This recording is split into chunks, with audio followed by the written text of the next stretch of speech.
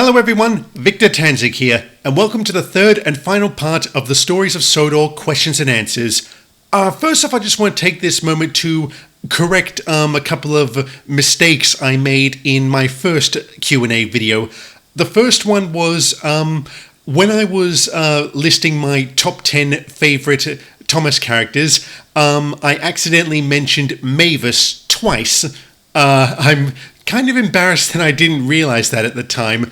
So the first time I mentioned Mavis's name, just substitute Stepney.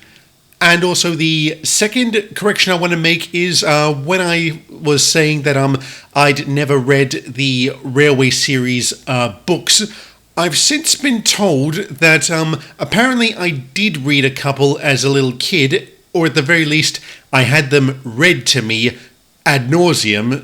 So yeah, I don't know why I don't remember them, although I'm told I was like 3 or 4 at the time. So I guess, yeah, I have read the Railway series books or have had them read to me.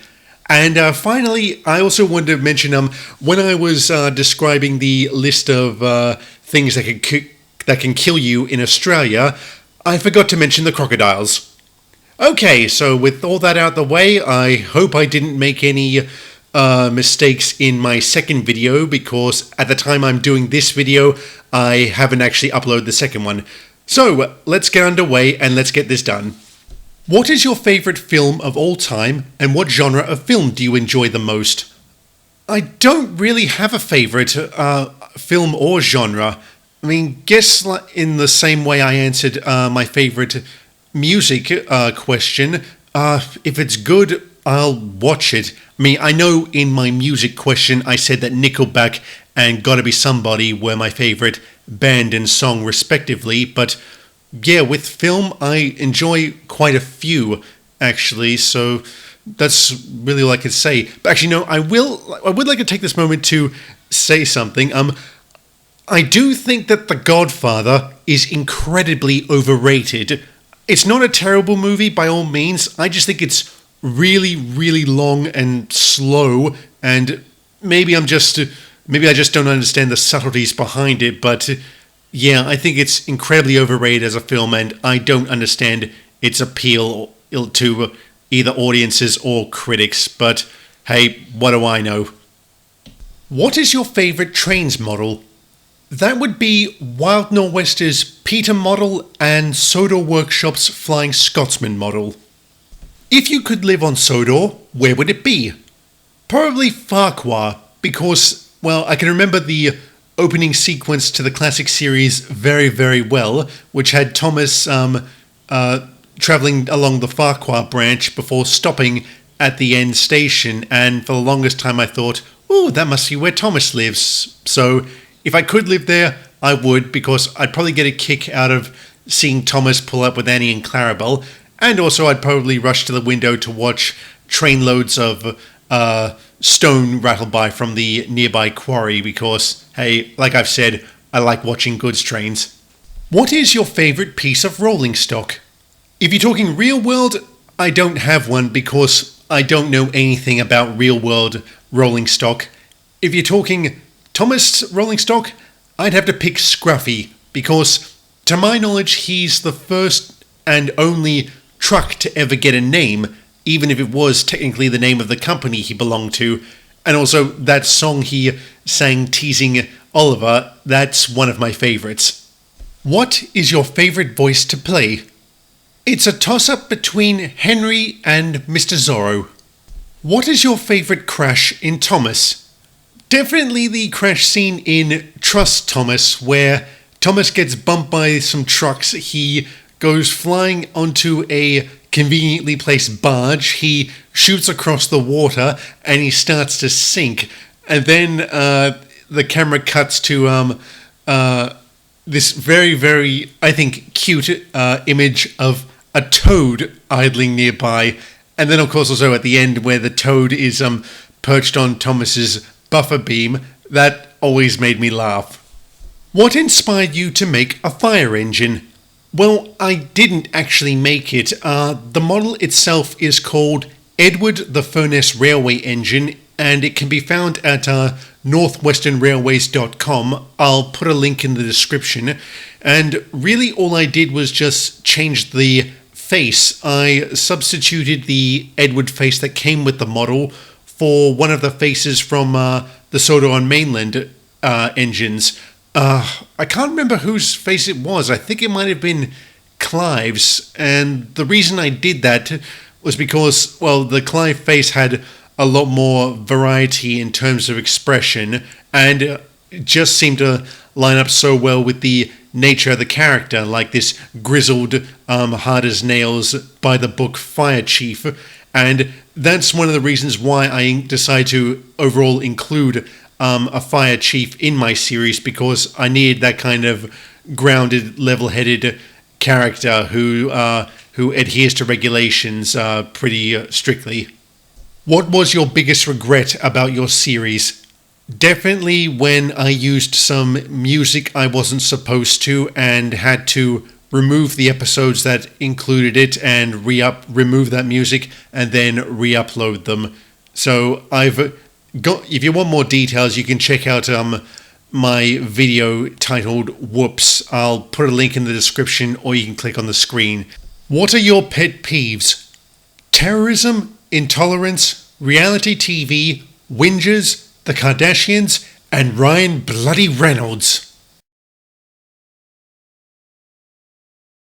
What's your favourite Thomas song? Well, like I just mentioned, the song that Scruffy sang teasing Oliver, I think it might have actually been called Pop Goes Old Ollie.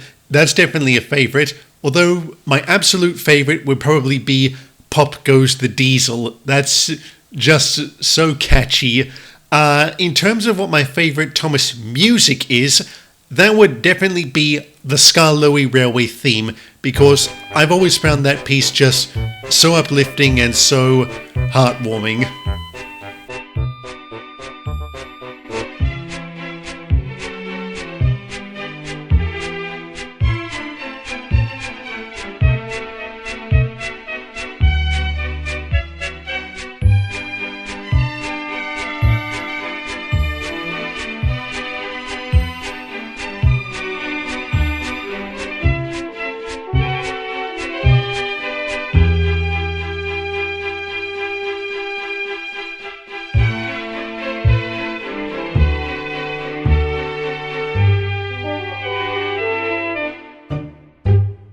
Who is your favourite female engine?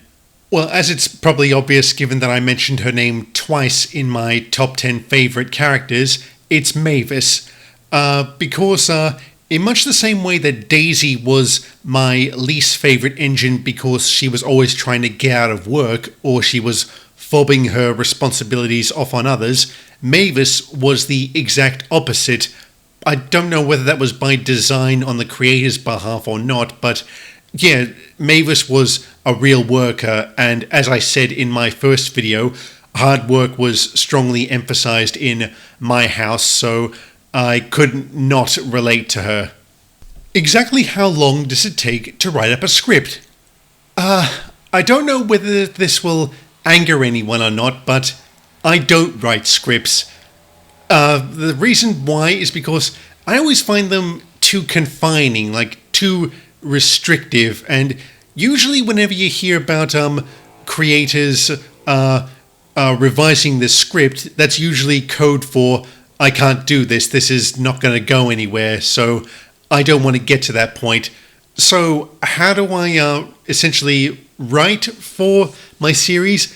Basically, I set out with a vague idea for an overall story, and I sort of fill it in as I go along. Like when I say fill it in, I mean like everything, like the camera angles, the locations, the dialogue, everything else as well. I think I've done a good job of it up to this point. I mean, a lot of people have said that my episodes have been very well written. Thank you very much for that. Although I don't know whether that's technically true, considering I don't write anything. Well, actually, no, I do write stuff. I mean, obviously I don't improvise the dialogue and the narration as I'm going. That would just be stupid, especially given my ridiculous stammering and stuttering. So I'll go into that more detail about that another time. Where did you get the idea of the lady steam engine Kate, and why? If you mean why did I decide to rename her from Lady to Kate, well, just the name just always seemed weird to me. I mean, like, she's a female engine and they named her Lady.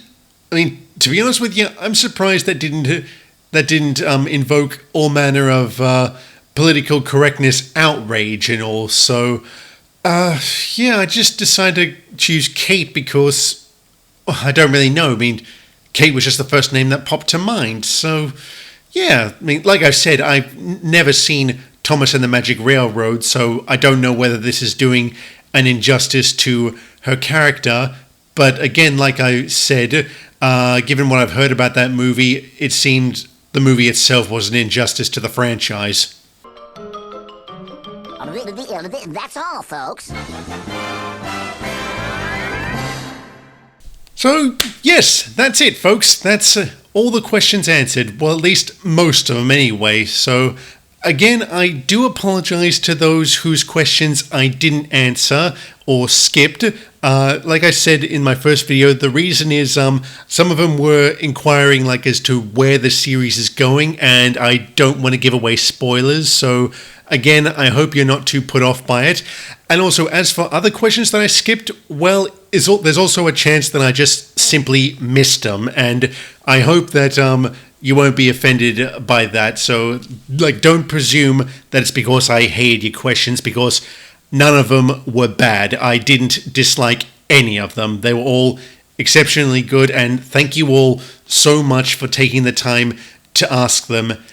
And furthermore, thank you all so much for making this channel the tremendous success that it has been. Like, I still can't believe how well it's gone and how well it's going, and I hope that it can continue this way for a very, very long time. And I hope I can continue putting out videos to the quality that you guys are used to and that you guys most definitely deserve. So, once more, thank you all so much. And, you know, I just had a look at the runtime for this video, and it certainly didn't run as long as I thought it was going to be. So I could have almost crammed these 3 videos into 2. But hey, I can only ramble on for so much in a day. So I hope you guys all enjoyed these videos. I hope that my answers were informative. And on one final note, some of the questions that I did skip over were inquiring specifically as to how I do my filming, like the methods I use and whatnot. Well, in my last video, I did mention, or was it part 1? I can't remember. In one of my Q&A videos, I mentioned that I might do a behind-the-scenes video. Well, I've since decided that I will do that. It won't come out until after season 1 is ended, though, because I don't want my behind-the-scenes video to interfere with making the final episode. I hope you guys understand. So all those questions, like those creative questions about how I go about filming, voicing, editing, and whatnot, they will be answered in that video. So that's something you guys can look forward to. So I guess that's all I can say for now. So thank you all so much. I look forward to seeing where the future goes. Thanks very much for watching, and have a good one.